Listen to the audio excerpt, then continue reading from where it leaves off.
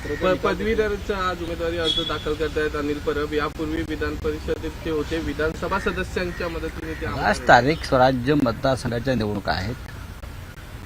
त्यात शिक्षक मतदारसंघ आहेत, पदवीधर मतदारसंघ आहेत. मुंबईतले शिक्षक आणि पदवीधर मतदारसंघ हे दोन मतदारसंघ शिवसेना लढवते आहे. आणि पदवीधर मतदारसंघासाठी आज शिवसेना नेते आमचे सहकारी अनिल परब हे उमेदवारी अर्ज दाखल करते. नाशिक शिक्षक मतदारसंघ सुद्धा शिवसेना लढते आहे. संदीप गुळवे हे तिथे आमचे उमेदवार आहेत. कोकणामध्ये सुद्धा निवडणूक आहेत आणि आम्ही महाविकास आघाडी म्हणून एकत्र काँग्रेस, राष्ट्रवादी काँग्रेस, शिवसेना हे महाविकास आघाडी म्हणून आम्ही एकत्र निवडणुका लढतो आहोत. आणि आम्हाला खात्री आहे आम्ही एकत्र आहोत. उत्तम प्रकारे नोंदणी झालेली आहे. उत्तम चेहरे आम्ही दिलेले आहेत. त्याच्यामुळे या सर्व जागा आम्ही जिंकू. तर नाशिकच्या जागेचा आपण उल्लेख केला. तिकडे आपण खूप मेहनत घेतली होती गेल्या 6 वर्षापूर्वी. मात्र ते आमदार आता आपल्यासोबत नाही आहे. यावेळी ठीक आहे ना. कसं असेल हे बघा की ते आमदार जरी आमच्याबरोबर नसले तरी मतदार आमच्या बरोबर आहेत. संदीप गुळवे हे मराठा शिक्षण प्रसारक मंडळाचे संचालक आहेत. राजकीय सामाजिक शिक्षण क्षेत्रात त्यांचं मोठं संपर्क आणि काम आहे. ते योग्य उमेदवार आहेत आणि ती जागा शिवसेनेकडे पुन्हा एकदा जिंकून येईल. पोस्टल बैलेट का काउंटिंग पहले हो और उसके बाद जो है बॉडी है इलेक्शन कमीशन, उनको न्यूट्रल होना चाहिए. और जनता देख रही है इलेक्शन कमीशन के सवाल. जयराम रमेश. देखिए, इलेक्शन कमीशन के बारे में लोगों के मन में बहुत शंकाएं हैं. इलेक्शन कमीशन एक न्यूट्रल बॉडी है, एक संवैधानिक संस्था है. लेकिन जिस तरह से बार बार हमको जाकर सभी विपक्षी दलों को जाकर चुनाव आयोग के सामने हाथ जोड़ना पड़ता है, कुछ बातें सामने लानी पड़ती है और चुनाव आयोग भी सुना अनसुना करती है, ये इंडिपेंडेंट बॉडी का लक्षण नहीं है. प्रधानमंत्री चुनाव के दिन ध्यान को बैठते हैं और पूरा फोकस चैनल पर उनका ऊपर आता है. ये एक प्रकार से आचार संहिता, कोड ऑफ कंडक्ट का उल्लंघन है.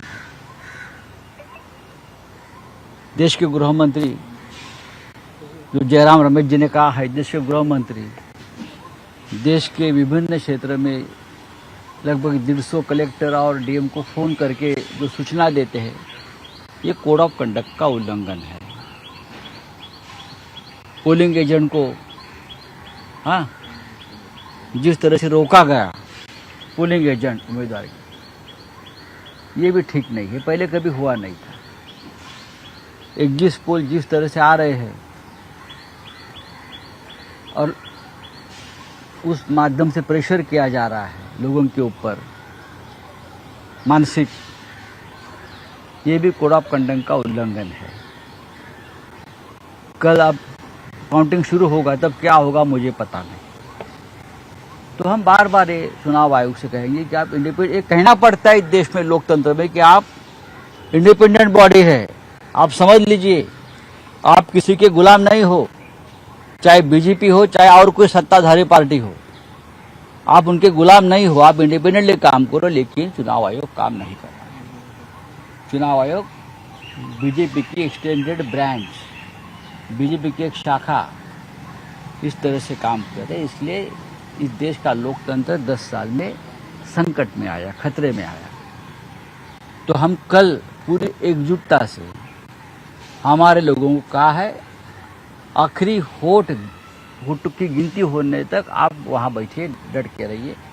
आपके ऊपर दबाव लाया जाएगा, तरह तरह के हथकंडे अपनाए जाएंगे, हाँ, आपको डिमोरलाइज किया जाएगा, लेकिन आप वहां से हटो नहीं. ये हमारे सभी इंडिया आघाड़ी के जो प्रमुख लोग हैं, कार्यकर्ता है, पोलिंग और बूथ के एजेंट है वहाँ के, सबको संदेश दिया है. सर आपण ज्या शाळेमध्ये शिकला ती शाळा काँग्रेसने निर्माण केली असं नाना पटोलेने म्हटलं. का आपला विषय काय आहे? सर पोस्टल इलेक्टोरल की तरफ के जो मार्ग है उससे वोट्स जो है वो काउंट किए जाए, ऐसे कांग्रेस की तरफ से डिमांड आई थी. कैसे देखते हैं इस चीज को? अरे ये डिमांड कांग्रेस की नहीं है, इंडिया ब्लॉक की डिमांड है कि पोस्टल जो वोट्स है, पोस्टल बैलेट की गिनती पहले हो जाए और उनका निर्णय पहले आप डिक्लेयर कर दीजिए. पोस्टल बैलेट का जो ट्रेंड होता है वो बहुत महत्वपूर्ण ट्रेंड्स होता है. जैसे आपने देखा होगा मध्य प्रदेश की गिनती जब हुई, विधानसभा की चुनाव, राजस्थान की, पोस्टल बैलेट में कांग्रेस आघाड़ी पर रही और बाद में अचानक ट्रेंड बदल गया. कैसे बदल गया किसी को पता नहीं. तो हमने ये मांग की है कि पोस्टल बैलेट की गिनती हो जाए ठीक से और उनका जो निर्णय है वो पहले डिक्लेअर किया जाए. उद्धव ठाकरे 15 दिवसात पंतप्रधान नरेंद्र मोदी झाल्यावर त्या सरकारमध्ये सामील होतील असा मोठा दावा रवी राणा करतात. कोण रवी राणा? काय सकाळ सकाळ नावं घेताय तुम्ही? त्यांचा राजकारणाशी संबंध आला कधी? शिवसेना पक्ष या देशाच्या राजकारणातला सगळ्यात जुना पक्ष आहे बरं का. आणि बाळासाहेब ठाकरेंनी स्थापन केलेला हा पक्ष आहे. उद्धव ठाकरे 25 वर्षापेक्षा जास्त काळ या पक्षाचं नेतृत्व करत आहेत. या पक्षाचे स्वतःचे 18 खासदार निवडून सध्या आलेले आहेत, परत निवडून येतील. अशा पक्षाच्या भूमिकांवरती कोणी ऐऱ्यागैऱ्याने बोलावं बरं का, हे बरोबर नाही. तुमचं तुम्ही बघा, तुम्ही तुमच्या निवडणुका लढा, ही लोकशाही आहे. आमच्या नादाला लागू नका. आमच्या भूमिका काय आहेत ते आम्ही ठरवतो एकत्र बसून आणि त्या संदर्भात माननीय पक्षप्रमुख निर्णय घेतात. रवि राणा का बयान आया और- मेडिटेशन किया कल, मेडिटेशन जो 3 दिन के लिए पीएम मोदी ने किया, उसके बाद उन्होंने एक लेटर लिखा है. उसमें उन्होंने कहा है कि सारी दुनिया का ध्यान अभी भारत की तरफ है और हमें आगे बढ़ने की नहीं, जरूरत है. सिर्फ कैमरा का ध्यान मोदी जी की तरफ था, दुनिया का ध्यान नहीं है. दुनिया का ध्यान हमारे तरफ इसलिए है कि क्या इस देश में लोकतंत्र बचेगा? क्या मोदी जी लोकतंत्र को बचने देगा? उसका ऊपर दुनिया का ध्यान है. क्या मोदी जी ठीक तरह से काउंटिंग होने देंगे? ये इस तरह दुनिया का ध्यान हमारे यहाँ चल रहा है. सर देश के लेवल पे मीटिंग्स चल रही है, कंट्री वाइज जो है इंडिया अलायंस की मीटिंग्स चल रही है, हम देख रहे हैं. क्या महाराष्ट्र में भी ऐसी कोई मीटिंग्स डेफिनेटली चल रही है, डेफिनेटली चलेगी. आज हम शिवसेना पक्ष प्रमुख उद्धव ठाकरे जी के साथ हमारी बैठक होगी. हमारे जो कार्यकर्ता है राज्य भर में, जो पोलिंग एजेंट है, जो हमारे जो उम्मीदवार है, उनसे हमारे साथ बातचीत होगी. यही सबको सूचना दी जाएगी या आखिर तक आप डटे रहो. स्ट्रैटेजी बनाई जाएगी आगे के लिए. स्ट्रॅटेजी जो बनते है वो ऐसी ओपन नहीं होती. ट्विट केलं आहे, गांजा पिऊन काही लोक लिखाण करतात असं त्यांचं म्हणणं आहे. तो स्ट्रैटेजी बनाई जाएगी आगे कैसे लोकसभा इलेक्शंस में अगर आप जितनी सीट्स प्रोजेक्ट कर रहे हैं अगर उतनी आई तो कैसे डायनामिक्स चेंज होंगे, क्या क्या आगे की strategy महाराष्ट्र की मैं बात करूं, एग्जिट पोल को भूल जाइए. कल 1 बजे आप मुझसे बात कर लीजिए. हम 30+ सीट जीतने जा रहे हैं. 30+. ये मैं दावे के साथ नहीं, मैं मेरे पूरे आत्मविश्वास के साथ कहता हूँ. सर, रवि राणा का एक और बयान आखिरी आया सवाल, एक आखिरी सवाल, क्या आज सिर्फ आपकी पार्टी की मीटिंग है या फिर आपकी जो अलायंस है करेंगे महाराष्ट्र सब. की भी मीटिंग? एबीपी माझा, उघडा डोळे बघा नीट.